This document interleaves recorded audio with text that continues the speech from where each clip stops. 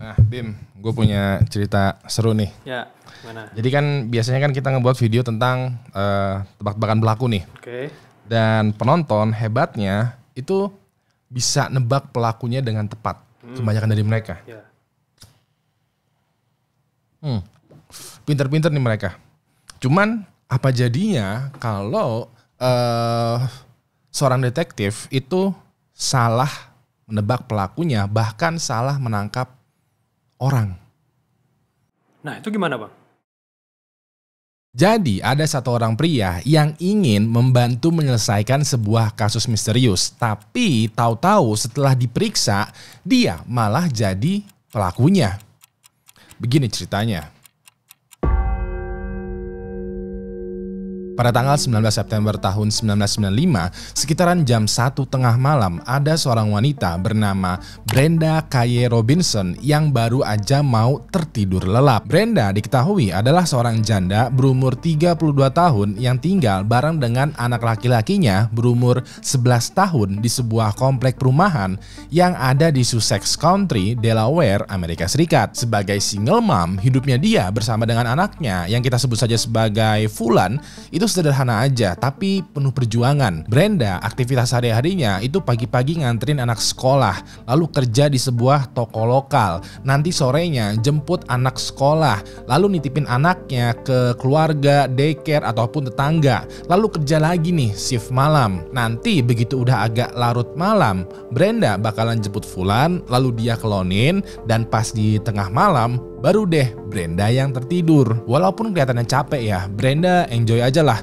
Dia jalanin kehidupannya karena dengan melihat anaknya bisa sekolah dan tersenyum tiap pagi, itu udah membuat dia puas kok. Sampai sekitaran jam 2 malam, Brenda tahu-tahu mendengar suara ketokan pintu yang keras banget. Brenda yang baru aja merem tertidur tuh, tiba-tiba sekarang kebangun dan berpikiran, siapa nih yang ngetok pintu jam segini? Dia pun bangun, pergi ke ruang tamu, lalu mengintip dari jendela kecilnya. Pas ini Brenda melihat ada seorang pria menggunakan jaket lusuh dan wajah yang tenang menunggu di depan pintu. Brenda nanya dong, "Anda siapa? Mau apa tengah malam ngetok-ngetok pintu?" Pria ini lalu menjawab, "Saya Jack Wilson, mobil saya mogok di sekitaran sini. Bolehkah saya pinjam telepon Anda sebentar?" Pas ini Brenda curiga banget karena gile aja lu ya, jam 2 pagi ada yang gedor-gedor pintu rumah dan katanya mobilnya mogok lah, lalu mau masuk minjem telepon. Kayak yang bener aja bro. Brenda pun lalu menjawab dengan nada yang tegas, "Maaf Pak, sudah malam, saya tidak bisa bantu. Silahkan Bapak pergi minta bantuan yang lain aja." Pas ini Brenda ngelihat Jack itu kayak bete, pusing, gusar, kecewa, lalu balik badan dan jalan pergi. Brenda pun balik lagi nih ke kasur, selimutan, lalu mencoba untuk tidur lagi. Tiba-tiba pas mau ketiduran lagi, Brenda tahu-tahu mendengar suara kayak bunyi jendela atau pintu yang terbuka. Brenda langsung melotot dong, karena sekarang bunyinya itu berasal dari dapur. Mau gak mau Brenda langsung bangun dan jalan nih ke arah dapur. Pas sampai di dapur, ternyata di hadapannya itu udah ada Bapak Jack Wilson, pria yang tadi gedor-gedor pintu depan, berdiri sambil juga memegang pisau dapur. Pas ini Jack ngomong dengan nada mengancam, "Jangan teriak, nurut aja. Kalau enggak, anak lo mati malam ini." Brenda refleks mundur dong, kayak mau kabur gitu, OTW menuju ke kamar anaknya. Tapi di momen itu ya, Jack langsung men-tackle Brenda, dia bekap Brenda sambil juga dia seret Brenda masuk ke kamar tidurnya Brenda. Di atas kasur, Brenda dipukulin tuh sampai nggak berdaya, diikat, lalu juga lecehkan. Setelah selesai, Jack bangun tuh dan dengan perasaan gusar atau marah atau kesel sendirilah, dia sempat bilang ke Brenda kalau dia tinggal di sekitaran sini dan juga punya 2 orang anak. Dan bagaikan orang kesetanan tanpa ada alasan apapun ya, Jack langsung memukul Brenda dan menusuk Brenda berkali-kali di punggung, di badan, dan juga di sekitaran leher. Diketahui ya, selama 3 jam aksi penyerangan ini, Brenda dilecehkan kembali, disiksa, dipukul, bahkan juga ditusuk sebanyak hampir 30 kali. Lalu di akhir aksi penyerangan, Jack sempat-sempatnya menggambar smiley face menggunakan darah di punggungnya Brenda yang udah terkapar, tidak ada pergerakan sama sekali. Setelah itu, Jack pergi nih ke kamar anaknya Brenda, ke kamarnya Fulan. Di sana, dikarenakan Jack melihat Fulan lagi tertidur pulas, dia langsung pergi keluar dan kabur dari rumahnya Brenda. Nah, yang Jack tidak sadari adalah Fulan ternyata selama ini itu tuh cuman pura-pura tertidur. Dia tahu kalau pada malam itu ibunya lagi diserang sama Jack, tapi dikarenakan dia masih bocil dan takut kenapa-napa, dia pura-pura tidur aja sampai mendengar Jack keluar rumah. Begitu situasinya udah aman, Fulan langsung menghampiri kamarnya ibunya, kamarnya Brenda, dan melihat kalau Brenda udah terkapar di atas kasur bermandikan darahnya sendiri. Di momen inilah Fulan langsung ke rumah tetangga meminta tolong, sekaligus juga meminta dipanggilkan polisi dan ambulans. Untungnya begitu polisi dan ambulans datang, Brenda langsung ditolong nih, dan untungnya juga ya, dia masih hidup, cuman kondisinya udah kritis banget karena mengalami banyak pendarahan akibat luka tusukan sebanyak hampir 30 kali. Ya udah deh, tim medis langsung membawa Brenda ke rumah sakit, dan di sana tim dokter langsung berusaha sebisa mungkin mengobati Brenda. Tim dokter waktu itu sempat berkomentar kalau kondisinya Brenda itu bener-bener udah tipis banget nyawanya, kayak telat satu nafas aja Brenda mungkin udah meninggal. Tapi untungnya lagi nih ya, setelah beberapa kali operasi, Brenda akhirnya sadar dari koma dan pelan-pelan bisa berbicara lagi. Pas ini polisi langsung mendatangin Brenda untuk dimintai keterangan, dan yang membuat polisi kagum adalah ternyata Brenda masih ingat betul, ingat banget dengan jelas nih ya wajah dan juga ciri-ciri pelaku alias Jack Wilson. Brenda sempat bercerita bahwa pada saat aksi penyerangan, lampu kamarnya itu pas lagi dalam keadaan nyala. Jadinya mulai dari ciri-ciri fisik dan juga bentukan wajahnya Jack, semuanya itu Brenda masih ingat. Ya udah deh, polisi langsung mengirimkan ahli sketsa untuk menggambarkan wajahnya Jack. Dan seperti yang lo lihat, menurut kesaksiannya Brenda dan Fulan, Jack memiliki perawakan badan tinggi besar, rambut agak panjang, janggut brewokan, dan tatapan mata yang tajam. Selain itu juga, Brenda bercerita kalau pada saat lagi diserang, Jack sempat minum dari gelas yang Brenda simpen di samping tempat tidurnya. Ya udah deh, polisi langsung memeriksa lagi nih TKP-nya alias kamarnya Brenda, terutama gelas yang digunakan Jack, karena di gelasnya itu pasti ada sidik jarinya Jack Wilson. Dari sini bisa dibilang ya, polisi udah mempunyai nih bentukan penampakan dari pelaku, sidik jari pelaku, dan juga DNA pelaku yang diambil dari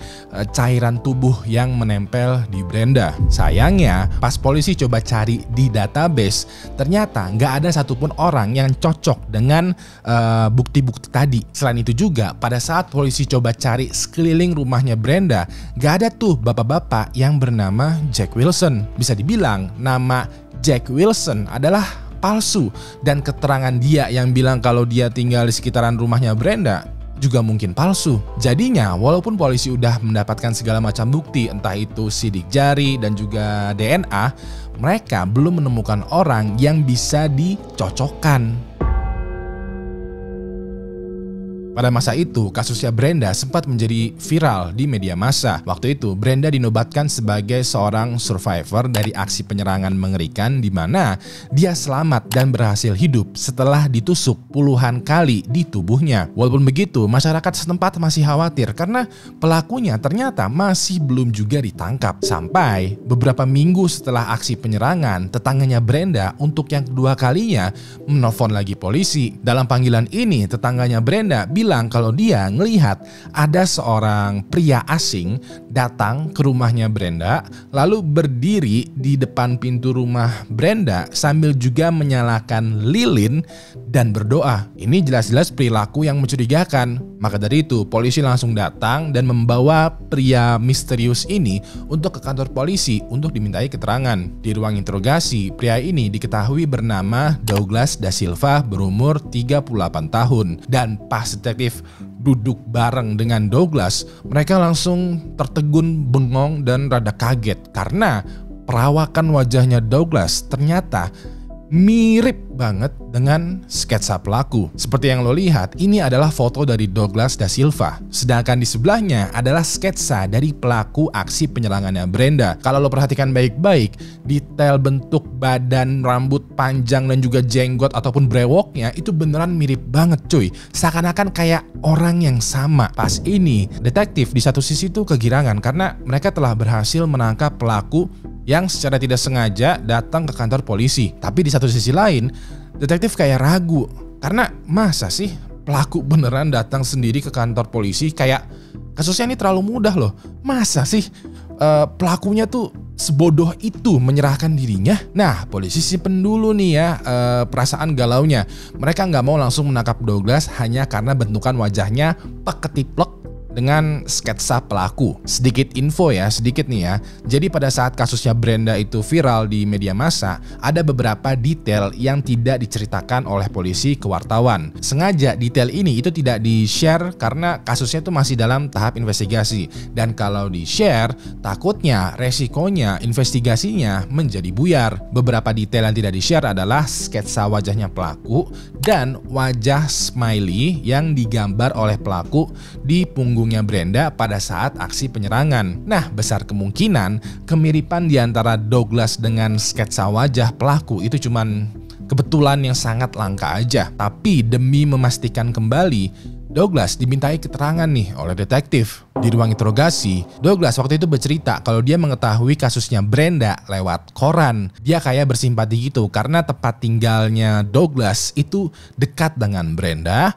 Dan kebetulan juga Douglas itu punya seorang anak dan dia juga adalah seorang single parent. Maka dari itu Douglas pada malam itu random aja datang ke rumah Brenda, berdiri di depan pintu lalu menyalakan lilin dan berdoa untuk Brenda. Nah, polisi gali lebih dalam lagi nih. Mereka paham lah ya kalau Douglas itu bersimpati kepada Brenda. Tapi polisi kayak kepo gitu, kayak apa sih yang ngebuat lo bersimpati banget nih ya sama Brenda? Douglas menjawab kalau dia juga sebenarnya ingin melamar menjadi polisi atau detektif supaya lingkungannya dia dan Brenda menjadi aman. Pas ini polisi semakin heran dan merasa aneh karena sejauh ini ya, sejauh cerita ini ada orang nih datang ke kantor polisi yang mukanya mirip banget sama pelaku terus ngelamar kerja. Kayak walaupun begitu, detektif kayak coba deh ikutin aja dulu alurnya, ngikutin aja dulu ya. Mereka lalu memberikan beberapa dokumen kepada Douglas untuk diisi karena dia pengen ngelamar kerja kan. Nah, pas ngisi dokumen ini, pas di bagian akhir dokumen, Douglas memberikan tanda tangan sambil juga menggambar smiley face di bagian bawah dokumen. Di momen inilah detektif semakin yakin kalau Douglas adalah pelakunya karena smiley face adalah detail rahasia yang hanya diketahui oleh polisi, Brenda, ataupun pelaku. Ya udah deh, detektif coba tuh panggil Brenda ke kantor polisi untuk memastikan kalau Douglas lah pelakunya karena ciri-cirinya mirip. Dia tahu detail tentang smiley, ditambah lagi dia juga nggak punya alibi. Dan pas Brenda dan juga Fulan sampai di kantor polisi, mereka juga bilang yakin banget kalau Douglas adalah pelakunya. Maka dari itu, Douglas di momen itu juga langsung ditangkap dan ditahan oleh detektif atas tuduhan pemerkosaan dan percobaan pembunuhan terhadap Brenda. Pada tahap ini, di kasusnya Brenda, Douglas itu sudah mendekam tuh di penjara karena sudah ditetapkan sebagai pelaku. Walaupun begitu, detektif kayak punya perasaan yang gak enak karena kocak aja gitu. Ibarat kata nih ya, ini ada orang nih namanya Douglas ya, datang ke rumah korban karena bersimpati. Ujung-ujungnya malah ditangkap karena mukanya sama persis dengan pelaku. Kayak konyol aja gitu ketika orang yang niatnya ingin membantu malah jadi pelaku. Nah, dikarenakan ada perasaan gak enak inilah detektif yang tadinya menjebloskan Douglas ke penjara sekarang malah berusaha membebaskan Douglas dari penjara. Waktu itu, detektif meminta nih sidik jari Douglas dan juga sampel DNA-nya karena kedua bukti tadi adalah kunci dari kebenaran. Kalau sidik jarinya Douglas cocok dengan gelas yang digunakan pelaku dan sampel DNA-nya juga cocok dengan yang menempel di tubuhnya Brenda,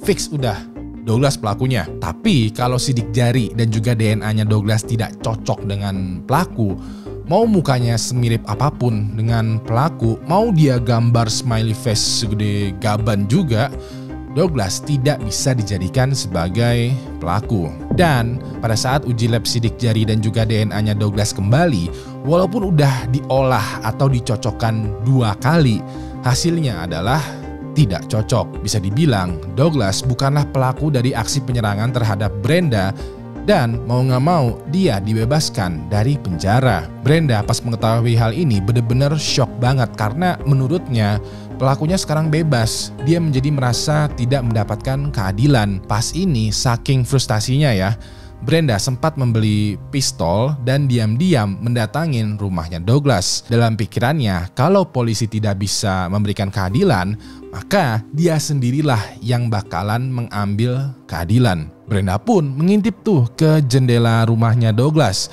mengangkat pistolnya, berniat untuk menembak Douglas, dan pas ini Brenda simpen lagi pistolnya. Ternyata pada saat Brenda udah siap nih ya menembak Douglas, dia ngelihat Douglas lagi nyuapin anaknya yang masih berumur 2 atau 3 tahun. Brenda mendadak gak tega gitu karena Douglas ternyata mirip juga tuh sama kayak Brenda. Dia adalah seorang single parent yang struggle mencari nafkah untuk keluarga kecilnya sambil juga merawat anaknya. Brenda juga punya firasat kalau Douglas bukanlah pelakunya karena kalau dilihat-lihat ya, Douglas itu cuma punya 1 orang anak, sedangkan pelakunya bilang katanya dia punya 2 orang anak. Jadinya walaupun ada gejolak di hatinya Brenda yang bilang kalau Douglas adalah pelakunya, hatinya yang lain bilang kalau Douglas bukanlah pelakunya. Ya udah deh, Brenda urungkan lagi niatannya dia untuk menembak Douglas. Dan seiring berjalan waktu, dikarenakan tidak ditemukan orang yang memiliki sidik jari ataupun DNA yang cocok dengan pelaku, kasus penyerangannya Brenda menjadi dingin. Sampai pada tahun 2004, polisi di negara bagian Maryland, Amerika Serikat menerima laporan penyerangan terhadap seorang wanita yang kita sebut saja sebagai Fulana. Dalam laporan ini diceritakan kalau Fulana itu sempat diserang pada tengah malam oleh pria yang tidak dikenal yang masuk lewat jendela yang rusak. Pelaku waktu itu melecehkan Fulana, menyiksa dia, dan sempat-sempatnya mandi di rumahnya Fulana. Pas polisi mengolah TKP, mereka menemukan segudang sidik jari dan juga sampel DNA dari pelaku. Nah, pas sidik jari dan juga sampel DNA-nya dicocokkan kembali, ternyata hasilnya adalah sama dengan kasus penyerangan terhadap Brenda. Bisa dibilang aksi penyerangan terhadap Fulana dan juga Brenda dilakukan oleh orang yang sama. Dan dikarenakan pada tahun tersebut database sidik jari dan juga DNA polisi sudah besar, sudah padat nih ya, ketahuan sudah pelakunya. Jadi pelaku dari penyerangan terhadap Fulana dan juga Brenda adalah seorang pria bernama Mark Eskridge berumur 43 tahun. Pada saat dicek backgroundnya, ternyata Mark emang pernah tinggal di sekitaran rumahnya Brenda pada tahun 1995 lalu. Tapi dikarenakan Mark langsung pindah rumah setelah melakukan aksi penyerangan terhadap Brenda, polisi sempat kegocek nih dan malah menahan Douglas. Terlebih lagi ketika sketsa pelaku dicocokkan dengan wajahnya Mark, hasilnya adalah Mark itu lebih mirip dengan sketsanya. Tapi ya kalau gua bandingin Mark, Douglas dan juga sketsanya, well jujur aja sih ya, tiga-tiganya emang beneran mirip nih. Ya udah deh, setelah 9 tahun Mark pada akhirnya ditangkap dan pada tahun 2005 dia dijatuhi hukuman seumur hidup atas kasus pelecehan dan juga percobaan pembunuhan terhadap Fulana dan Brenda. Sekarang coba deh share video ini ke teman lo yang sekiranya mukanya mirip-mirip sama kriminal.